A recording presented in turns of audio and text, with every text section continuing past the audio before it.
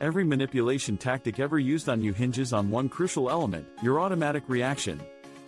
The first trick is simple yet powerful. Insert a 2-second pause between any stimulus and your response, every single time.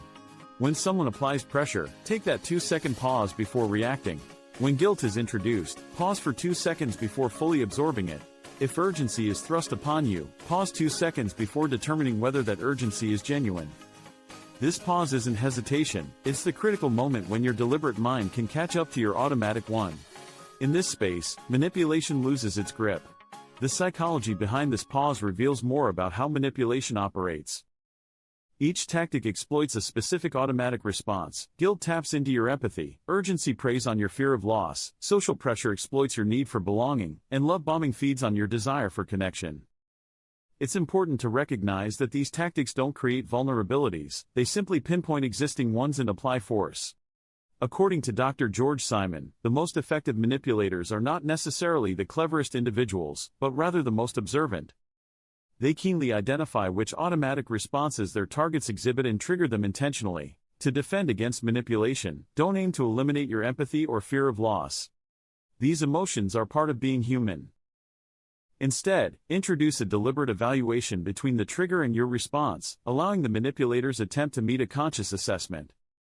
That 2-second pause becomes your evaluation window. Every time. The second trick is known as the observer shift.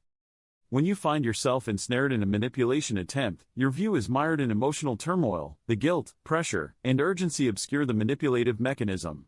The observer shift requires a mental adjustment. Step back from being a participant and become an observer. Ask yourself, if I were watching this interaction from the outside, what would I see happening?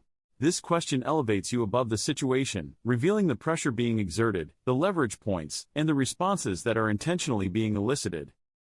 Marcus Aurelius practiced this daily as he called it the view from above. By doing so, he could strip away the emotional distortions presented by proximity to the situation. This shift doesn't render you cold, it grants you clarity, and clarity is the antidote to manipulation's hold over your actions. Now we move to the third trick, which solidifies your defenses against manipulation: the anchor statement. This powerful statement encapsulates one absolute truth about yourself, your values, your decisions, your identity, placed into the dialogue before manipulation can take root. It is not a defensive measure nor a counterattack, it is simply a declaration of your established truth. Consider affirmations like, "I have made my decision," or "This is my value and it remains unchanged," or "I acknowledge your position, yet my answer is still no." The anchor statement works because manipulation seeks to shift a target. By providing the manipulator with something solid to hold onto, your position remains fixed. The pressure they apply finds no give. Ibn Qayyim wrote about individuals who understand their stance before entering any room, having solidified their identity in advance of external influences. The anchor statement manifests this predetermined resolve, allowing you to affirm what is already true without reacting to pressure. If you're still engaged, you may already recognize moments where your automatic reactions preemptively took hold.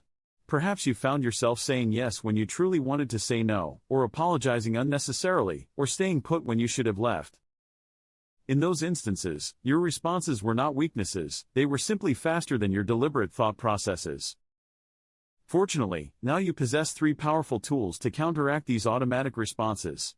3 tricks, all grounded in one unifying principle: manipulation thrives on your automatic reactions. The pause disrupts that flow, the observer shift illuminates the method, and the anchor statement offers resistance to any shifting tactics.